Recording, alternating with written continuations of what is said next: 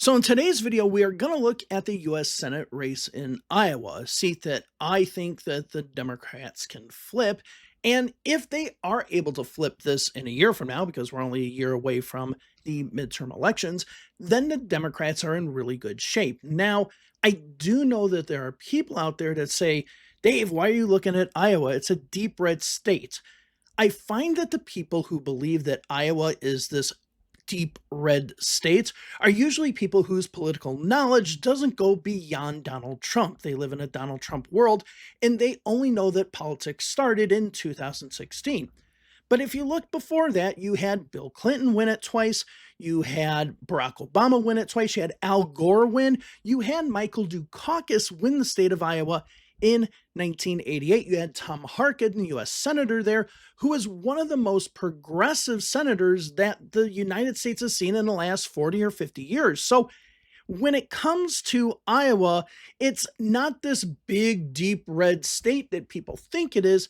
It's more purple. It's just kind of gone a certain way, and elections aren't static. Otherwise, we would know how every single state goes every single election. To give you an example, in 2012, Georgia wasn't even a target for the Barack Obama campaign. In fact, it was so much not of a target and considered so red that the networks didn't even do exit polling out of it for the election. Now, look where we are right now with Georgia. So, we're going to go and look at the major candidates right now for the U.S. Senate in Iowa, break down what we have, and I'll be doing this with all of the major Senate races and maybe even the minor ones that are going to be blowouts anyway, but it will give you an idea and to see who the candidates are, to see who's running and so on.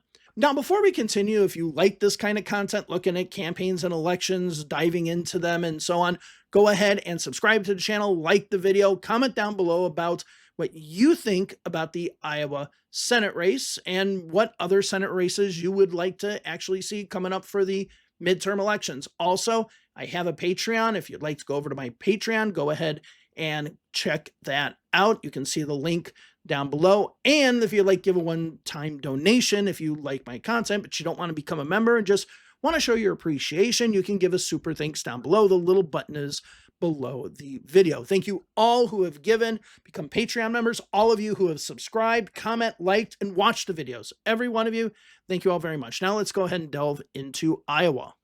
So let's go ahead and start with the Republican primary, because the Republican primary is the one, as of right now, it is pretty set. So you have Ashley Hinson here, and this is her website.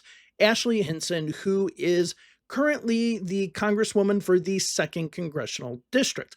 We're going to get into that a little bit later when we look at one of the Democratic candidates, but it is a district that was Democratic and has changed more Republican over the years. In fact, it's probably one of the ones that we see the biggest change.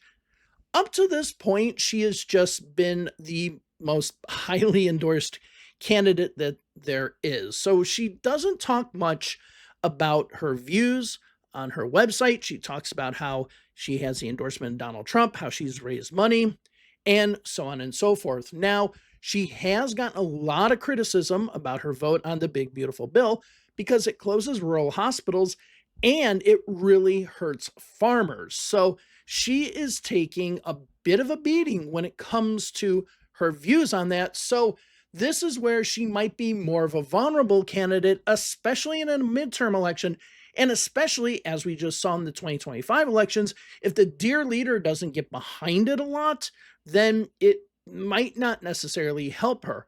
So her votes hurt her. She's also talked about raising the age of Social Security as well. So she is pretty much a fiscal conservative and a Trump conservative. Now, if we go ahead and look at the amount that she's raised and the amount of cash that she has on hand, we can see as of right now, she has over $4 million in the bank. So she's been able to raise quite a bit of money and been able to spend that, not too much, but spend a little bit of it right now. Again, she doesn't have any serious opposition when it comes to the nomination. And with that, let's go ahead and look at her opposition. So Jim Carlin is her opposition. He used to be in the Iowa State House of Representatives and Iowa Senate. He is not now.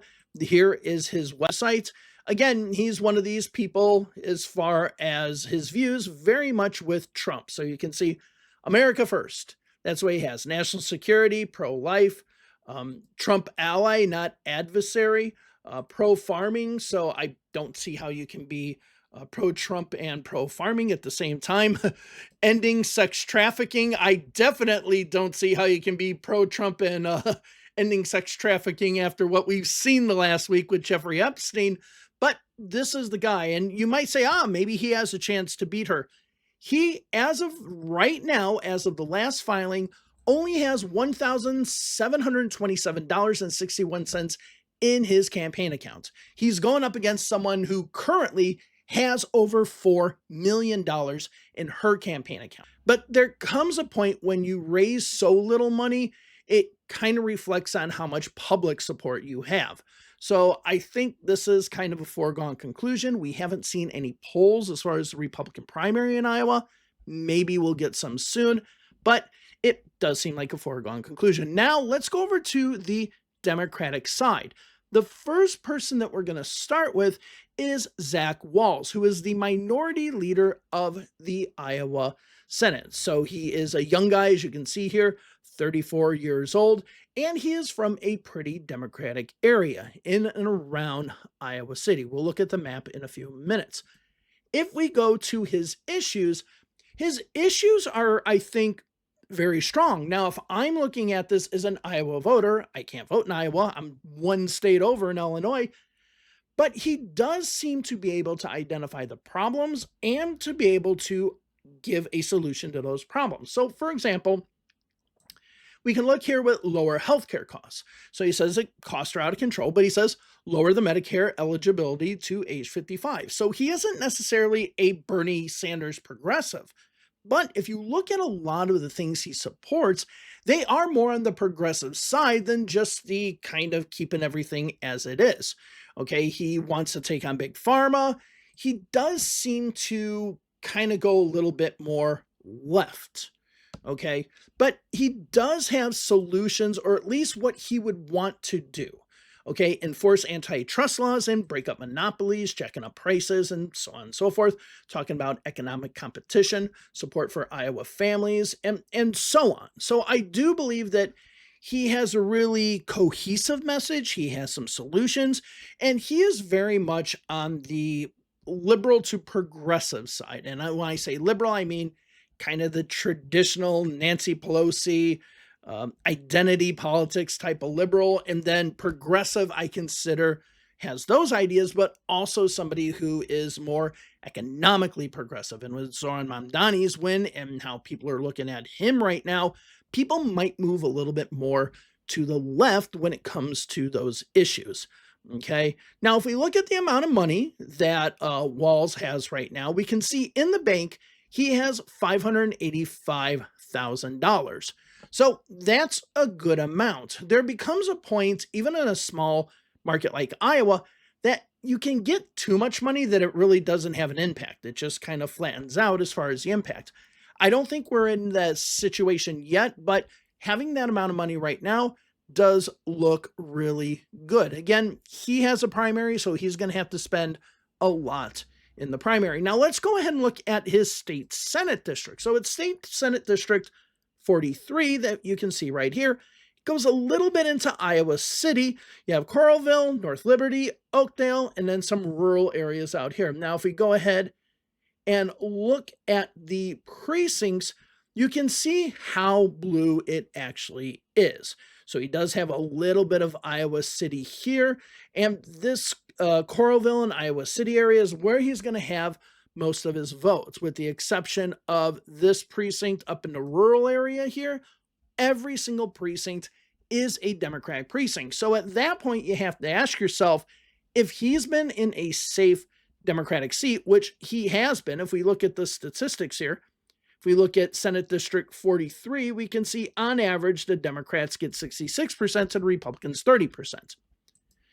If you're constantly running in a Democratic district, does that prepare you to run statewide in the state of Iowa. So I think when it comes to Zach Walz, that is the question we have to ask ourselves right now. Now, let's go to the next candidate. And I talked about him in a video a while ago. Let's talk about the next candidate in Iowa, which is Josh Turk, a little bit older, okay, at 46 years old, but he is a para-Olympian, okay? He is a moderate Democrat, and he comes from the district that of all Democrats that Donald Trump got the most votes in. I think Donald Trump might have won his district. So we're going to go ahead and look into that. So he is a member of the Iowa House of Representatives in that 20th district, and he was part of, as I said, a Paralympian, part of the men's national wheelchair basketball team. So he has a very inspirational story. If you've seen his commercial, it's a really, really good commercial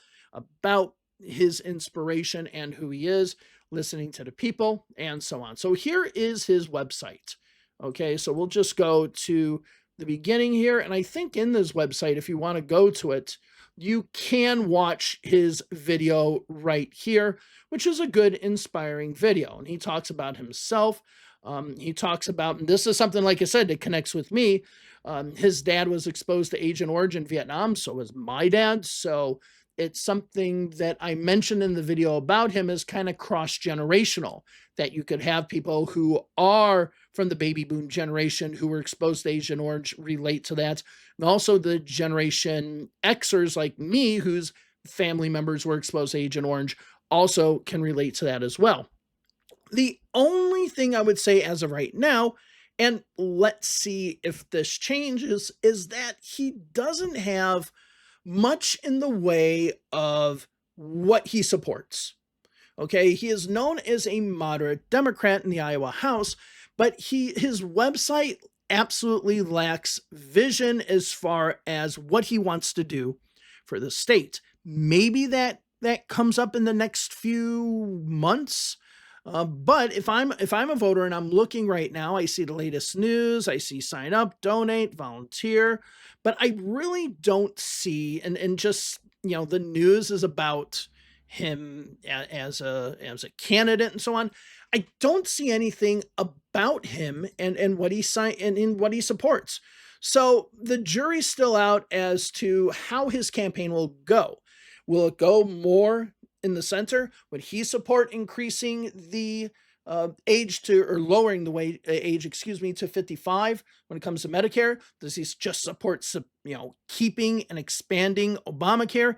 There's nothing there that we can go off of. So hopefully we'll see something. Now, if we go ahead and look at his campaign finances, we can see he has a little bit more money in the bank than Zach Walz. So he is at $651,980.75. So we do see that he has the ability to raise money. And again, a lot of this will probably be spent in the primary. Now let's go ahead and look at his district here. So you can see he is on the western side of the state, right next to Omaha. Across the bridge, you're into Omaha. He's in Council Bluffs, Iowa here. And if we want to go look at his district, to give you an idea, he's District 20. On average, the Republicans get 50% of the votes, to the Democrats 45% of the vote, and 5% independent, one of the districts with one of the biggest independent streaks there. So it is a moderate district, and it is a district that, again, he won in, and maybe that inspirational story can actually help him. Now, if we break this down into precincts, you can see that Council Bluffs is slightly Democratic in the city downtown area right there.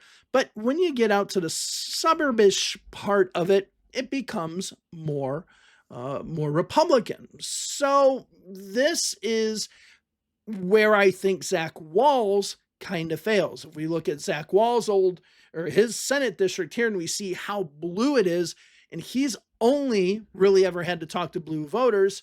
If we go ahead and look at Josh Turk's seat here, he's had to talk to Trump voters. He's had to talk to Republican voters, and he's had to get them to his side in order to win. He has had to have people vote for Trump on the presidential level and then vote for him when it comes to this state house. This is really important. And maybe when I go in depth a little bit further, we'll see where those split votes are, because I think that would be very interesting. Now let's go ahead and look at the third candidate here. And this is Nathan Sage. And Nathan Sage has been endorsed by Robert Reich and has been considered part of the progressive left. So if we're really looking at who is deemed the progressive left, who's in the middle, and then who's more of the centrist Democrats, we have it. Zach Walz, who is really endorsed by a lot of big name Democrats like Howard Dean and some establishment Democrats in the state of Iowa and nationally. He's kind of, I would say, the establishment's choice. Okay. And I don't think that's necessarily always a bad thing. Okay. It's not necessarily, as long as they support good ideas, that's what matters. Okay. Josh Turek has had more local endorsements, though he is getting a lot of national attention as well. All these candidates are really. And then Nathan Sage, he is endorsed by Robert Reich. Now, I do believe when he has his platform here, he has a lot of things that he talks about that sound very progressive, much more progressive than what Walz talks about. So he talks about, no more billionaires buying our elections. Okay. He talks about better healthcare and price gouging and all these. The only thing that I notice, and this is a very, very progressive messaging, as with Turek, it lacks details. I mean, Turek's site doesn't even have the issues on it. I think that's a big problem for him. But as Sage here identifies all of the issues that there are, the problem is I don't see any solutions. When it comes to Zach Walz's website, I see a lot more solutions, but when I see Nathan Sage's, it's like, okay, healthcare is a lot. What do you want to do? Do you want Medicare for all? Do you want to increase Medicare or lower it to 55? Do you want to expand Obamacare? Do you want a different single payer healthcare system? What do you want to do? And this is why I think his site is just, and where his campaign is, it's more about messaging about the problems, but not necessarily having the solutions. And with Josh Turek, I hope that over the coming months, we actually see an evolution of that to see what they can provide. Now, if we look at Nathan Sage, he's got a little bit less money, but, pretty impressive as well. Currently has $268,769 in the bank. So he does have a decent amount of cash in the bank. And another thing you need to realize too is as social media becomes more of a thing, two things with it. One, you need to spend less money on traditional media. And two, buying ads on Facebook or Google or whatever is significantly cheaper than going to the networks. So you don't need as much money to reach out to your voters. And there does come a time where you can spend too much money that people get tired of seeing your face on television. It can actually boomerang and backfire. Now, he is from, I believe, Mason City, Iowa, which is in the north. And this comes back to what I wanted to show you and talk about the geographical changes politically and as far as partisanship over the last number of election cycles. So right now, and I believe Mason City is up in this area, and this area is the 2nd Congressional District here. Okay, Josh Turek is from out west here, and then Iowa City is in Johnson County, which is this big blue county right here. So this is the 1988 presidential map. And as you can see, Michael Dukakis did quite well. He didn't do well up here in the Northwest, but no Democrat ever does. But as you can see, Michael Dukakis won it. So this is already if Michael Dukakis can win it, a Democrat nowadays can win it, okay? Especially going against somebody like George H.W. Bush, who is more moderate. A Democrat can win it. But you can see how in this northern section of the state, which is why I really want to concentrate on, you can see how Democratic it was. Now, let's fast forward to not that long ago, 2008. You can see in 2008, Barack Obama also did well here. Now, as you can see a little bit in the South and the West, it became more Republican, but he actually did a little bit better than Michael Dukakis did in some of these North and Northeast counties and the East counties as well, going along the Mississippi River. Now, let's look at the most recent map, and you can just see in 2014 how the state has become red. Now, this county right here is Johnson County. It was the most Republican county that we saw in Iowa during the presidential election. And we look at this map and we're like, it's blue. Okay. Well, this is what it was like in 88. This is what it was like in 2008. In 2012, it wasn't much different than this. And remember, between 1998 and 2012, George W. Bush was the only Republican to win it, and that was in 2004. So you had Michael Dukakis win it, Bill Clinton win it twice, Al Gore win it, Barack Obama winning it twice. And again, you had Tom Harkin. So to me, this Iowa Senate race can be quite interesting. There was some polling a long time ago, I think, with it. And we can see that was with Joni Ernst. And as we can see, the public policy polling here that was done in August of this year, all of them were within the margin of error. Every single one of them. If you look at Joni Ernst against Zach Walz, they're all within the margin of error. That's all that matters. And you can see Joni Ernst against generic Democrats. And personally, I don't, because we have Ashley Hinson here. I don't think it's a Joni Ernst specific problem. Okay, remember, Joni Ernst was supposed to lose her last time that she ran, and she didn't lose. She ended up winning surprisingly. That was one of the ones that the Democrats thought they would gain. I don't think Ashley Hinson necessarily, kind of fixes their Joni Ernst problem. I don't see that happening at all.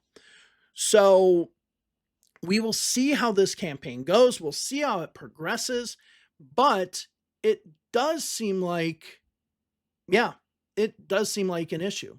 All right, so that's all for today. Thank you very much, and I will see you in the next one. Bye-bye.